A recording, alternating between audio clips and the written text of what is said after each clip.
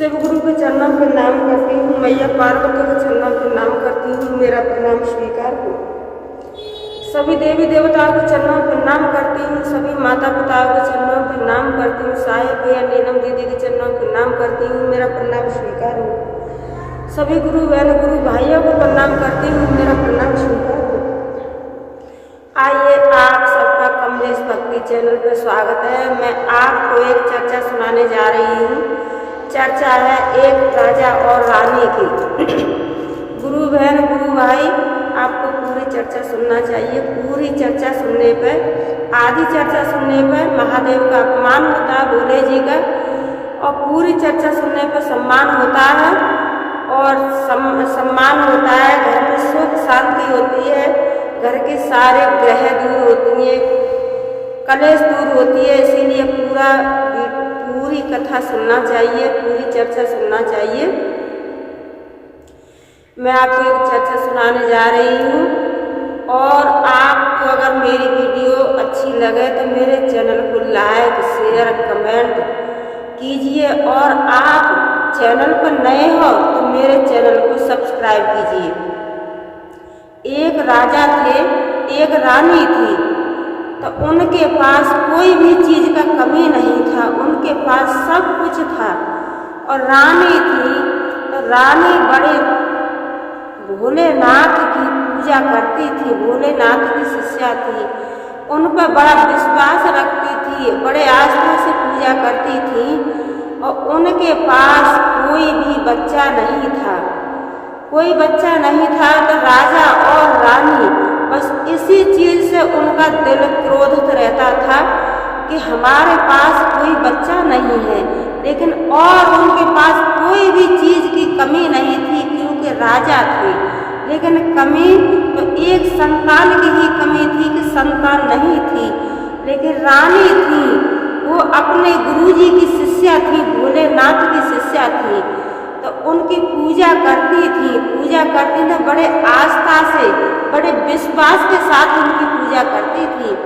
तो वो कुछ नहीं मांगती थी, वो कहती थी कि हे देवों के देव महादेव, मुझे एक संतान दे दीजिए, हे मेरे प्रभु मुझे एक संतान दे दीजिए, बस। और वो कुछ नहीं मांगती थी, क्योंकि राजा थे, रानी थी, उनके पास किस चीज़ का कमी था। नौकर चाकर दासियाँ, उनके पास कोई कमी नहीं था, सब कुछ था। लेकिन कमी तो एक संतान की ही कमी थी। तो राजा रानी बहुत क्रोधित, बहुत टेंशन में रहते थे। तो रानी अपने शंकर भगवान की शिष्या थी और बड़े आस्था से, बड़े भाव से पूजा करती थी, विश्वास के साथ, और कहती थी हे देवों के देव महादेव मेरी गोद भर दीजिए, हे शिव गुरु मेरी गोद भर दीजिए। तो ये रानी जैसे पूजा करती थी तो मैया पार्वती और शंकर भगवान कैलाश पर्वत पर बैठे बैठे ये सारा देखते रहते थे। समय चलता रहा तो एक दिन मैया पार्वती और भोले जी से कहने लगी कि हे स्वामी, आपका भक्त कितना परेशान है और इसके पास आपने सब कुछ दिया है और इसके पास संतान नहीं है, तो संतान के लिए ये कितनी तड़प रही है, कितनी आपसे दया मांग रही है। सुबह शाम आपका पूजा भी करती है, आपसे दया भी मांगती है। हे मेरे स्वामी, इसकी आप गोद भर दीजिए। तो भोलेनाथ मैया पार्वती से कहने लगे कि महादेवी, इसके नसीब में पुत्र नहीं है, इसके नसीब में ना पुत्र है और ना पुत्री है, इसके नसीब में संतान है ही नहीं। तो मैया पार्वती कहने लगी कि स्वामी ऐसा ना कीजिए, हे मेरे प्रभु ऐसा ना कीजिए, क्यों कि तुम्हारा भक्त इतना परेशान है और आप अपने भक्तों की मनोकामना पूर्ण नहीं करोगे तो आपके भक्तों का आपके ऊपर से विश्वास हट जाएगा।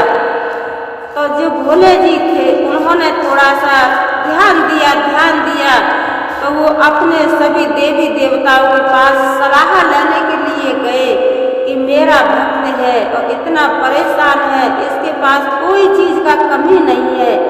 कमी तो एक सिर्फ और सिर्फ एक संतान की कमी है, और राजा है तो इसके पास में कोई राज्य में कोई कमी नहीं है। नौकर चाकर बांदी बांदियां कोई भी चीज का इनके पास कमी नहीं है।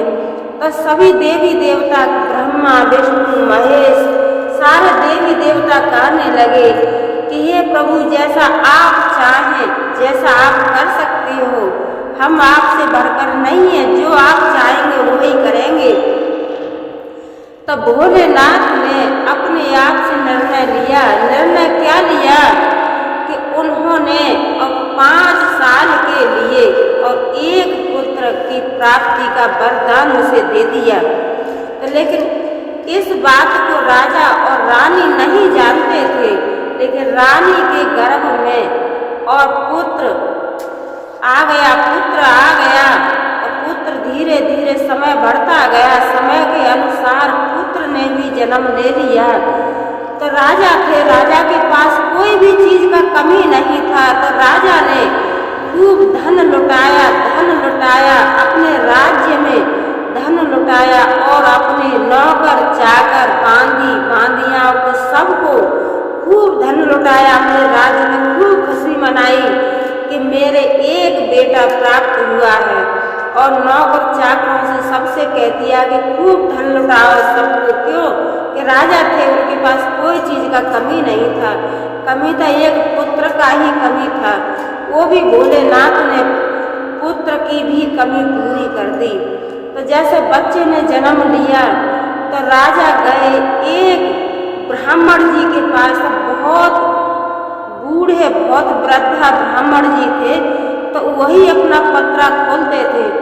तो राजा गए उन ब्राह्मण जी के पास और ब्राह्मण जी से कहने लगे कि ब्राह्मण जी, मेरे एक पुत्र ने जन्म लिया है और मैं आपके पास आया हूँ कि मेरा पुत्र कैसी समय पर जन्म लिया है, कैसी समय पर जन्म लिया है, कौन घड़ी पर मेरे बेटे ने जन्म लिया है, शुभ घड़ी पर जन्म लिया है या अशुभ घड़ियों में जन्म लिया है, कौन समय पर जन्म लिया है। तो जो पुजारी वो थे जो ब्राह्मण जी ने अपना पत्रा खोला और पत्रा खोल करके और कहने लगे कि हे पुत्र, हे राजा साहब, आपके घर में जो पुत्र ने जन्म लिया है वो पुत्र आपके पास मात्र 5 साल के लिए आया है। 5 साल से अधिक आपके पास वो नहीं रह सकता है। तो यह बात राजा ने सुनी तो राजा के हृदय में बहुत चोट लगी, बहुत दुख हुआ। यह बात सुन करके और चले आए। तो राजा ने यह बात रानी को नहीं बताया, क्योंकि इतने दिनों के बाद एक पुत्र की प्राप्ति हुई है। तो रानी मेरी बहुत खुश है और इस बात की रानी को पता चल जाएगा तो रानी मेरी रो रो कर ही मर जाएगी। तो रानी को राजा ने कुछ नहीं बताया। जब राजा साहब घर पे आए तो रानी ने कहा, बड़ा हंस करके कहा कि स्वामी, मेरे पुत्र की पत्रा आपने खुलवाई तो ब्राह्मण जी ने क्या बताया। तो राजा कहने लगे कि ब्राह्मण जी ने क्या बताया। ब्राह्मण जी ने तो बताया है कि आपका बेटा आपसे भी ज्यादा बड़ा राजा बनेगा और आपसे भी बढ़ करके जनता की सेवा, जनता का पालन करेगा, आपसे बढ़कर महान राजा होगा आपका बेटा। जो बात थी वो राजा ने रानी को नहीं बताई, क्योंकि मेरी रानी रो रो करके मर जाएगी। लेकिन रानी को और बढ़ावा दे दिया अपने पुत्र के बारे में। तो राजा साहब रानी बड़ी खुश होने लगी। जब राजा ने ये बातें बताई तो रानी बहुत खुश होने लगी, कहने लगी कि हाँ, हमारा पुत्र हमसे भी बढ़कर राज्यों का एक राजा बन जाएगा। तो राजा कहने लगे कि रानी, ऐसे आपका पुत्र ऐसे राजा नहीं बन सकता है। राजा ये जब बन सकता है जब राज्य को चला सकता है, कि ये कुछ दिनों हमसे दूर रहेगा, साधु संतों में रहेगा, साधु संतों में रहेगा। जब आपका राजा, जब आपका बेटा और हमसे बढ़कर राजा बन जाएगा, हमसे बढ़कर राजा बन जाएगा। उन्होंने कहा कि हमें अपना बेटा 5 साल के लिए और किसी साधु संतों के पास छोड़ना होगा। किसी मंदिर में जैसे वैद्यनाथ हो गया, अमरनाथ हो गया, वहाँ छोड़ना होगा, क्योंकि हमारा बेटा वहाँ से हमारा बेटा विद्याएं सीख के आएगा और बहुत बुद्धिमान बन के आएगा। तभी हमारा बेटा आ करके और हमारा राज्य चला सकता है। तो रानी बोली कोई बात नहीं, लेकिन रानी को ये पता नहीं था कि हमारा बेटा 5 साल के लिए हमारे पास आया है। और राजा को तो ब्राह्मण जी ने बता ही दिया, तो अपने पुत्र को और छोड़ दिया, कुछ दिन के लिए काशी छोड़ दिया। काशी छोड़ दिया तो काशी में साधु संतों के साथ रहने लगा, साधु संतों के पास रहने लगा, वहाँ विद्याएं सीखने लगा। और रानी थी वो तो भगवान शिव शंकर भगवान की पहले से ही शिष्या थी, तो वो तो अपने देवों के देव महादेव से दया मांगती थी। लेकिन राजा थे, राजा भी बहुत चिंतित रहते थे और वो भी अपने भगवान से, भोलेनाथ से, प्रभु से दया मांगते थे। कहते थे हे प्रभु आपने एक पुत्र इतना हमने किया, एक पुत्र दिया है, वो भी पुत्र हमारे पास आपने सब दिन के लिए नहीं दिया है। वो भी अपने मन की बात राजा थे, वो अपने भगवान भोलेनाथ से कहते थे। तो मैया पार्वती और शंकर भगवान ये सारा कुछ समझते थे, सुनते थे। तो मैया पार्वती और शंकर भगवान से कहती थी कि स्वामी ये तो आपने अच्छा नहीं किया है। क्यों? कि वो तो बेचारी कितनी मजबूर दुखिया है, मतलब कोई चीज़ से दुखी नहीं है। लेकिन आप गुरु बहन गुरु भाई सब कोई जानते हो कि इंसान के पास, मनुष्य के पास कितना भी पैसा हो, कितना भी धन हो, कितना भी कुछ भी हो, लेकिन एक संतान नहीं है तो धन, पैसा, कोठी, बंगला कोई काम का नहीं है। मनुष्य के पास सबसे बढ़कर एक संतान है। धन, खेती, मकान कुछ नहीं है तो इंसान क्या सोचता है कि हम तो रोज झाड़ी मजदूरी करेंगे और अपने बच्चों का पेट भरेंगे, झाड़ी मजदूरी करेंगे, अपने बच्चों का पेट भरेंगे। लेकिन राजा है, राजा के पास कोई चीज़ का कमी नहीं है, लेकिन उसके पास संतान नहीं है तो कुछ नहीं है।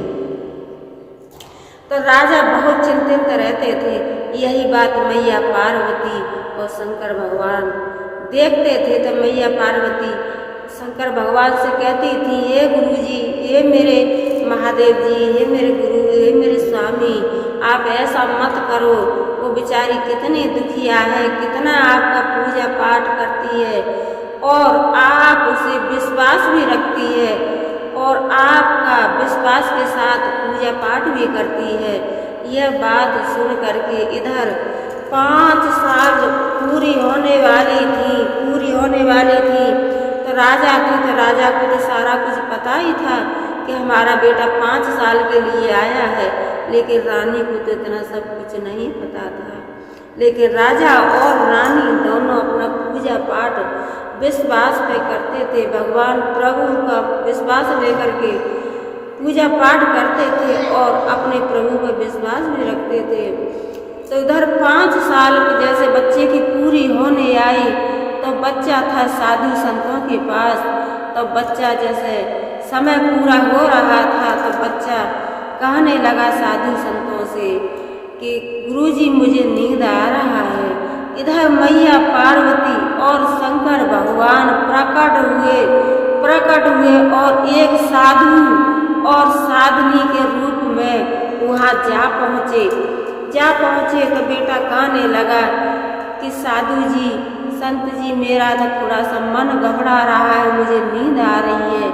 इधर मैया पार्वती और शंकर भगवान वहाँ जा पहुँचे तो पार्वती मैया कहने लगी कि हे स्वामी जी, ऐसा आप मत कीजिए। क्यों कि अगर आप ऐसा करोगे कि दे करके भक्तों को दे करके और आप वापस ले लोगे तो सभी भक्तों का आपसे मन हट जाएगा, आपका आपसे और सभी भक्तों का विश्वास खत्म हो जाएगा।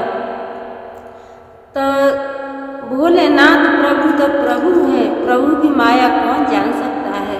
तो प्रभु अंदर गए, अंदर जाकर के और बच्चे के मुंह में थोड़ा सा गंगा जल डाल दिया। गंगा जल क्या डाल दिया, उन्होंने अपनी शक्ति डाल दी।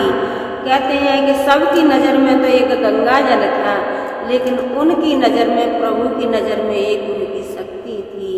तो जैसे ही उसके बच्चे के मुंह में उन्होंने डाला और जैसे ही बच्चा ठीक से सुरक्षित बैठ गया तो कहते हैं कि मेरे प्रभु भोलेनाथ, मेरे प्रभु तो ऐसे हैं, मेरे प्रभु तो ऐसे हैं कि वो तो मरे हुए में भी जान डालते हैं।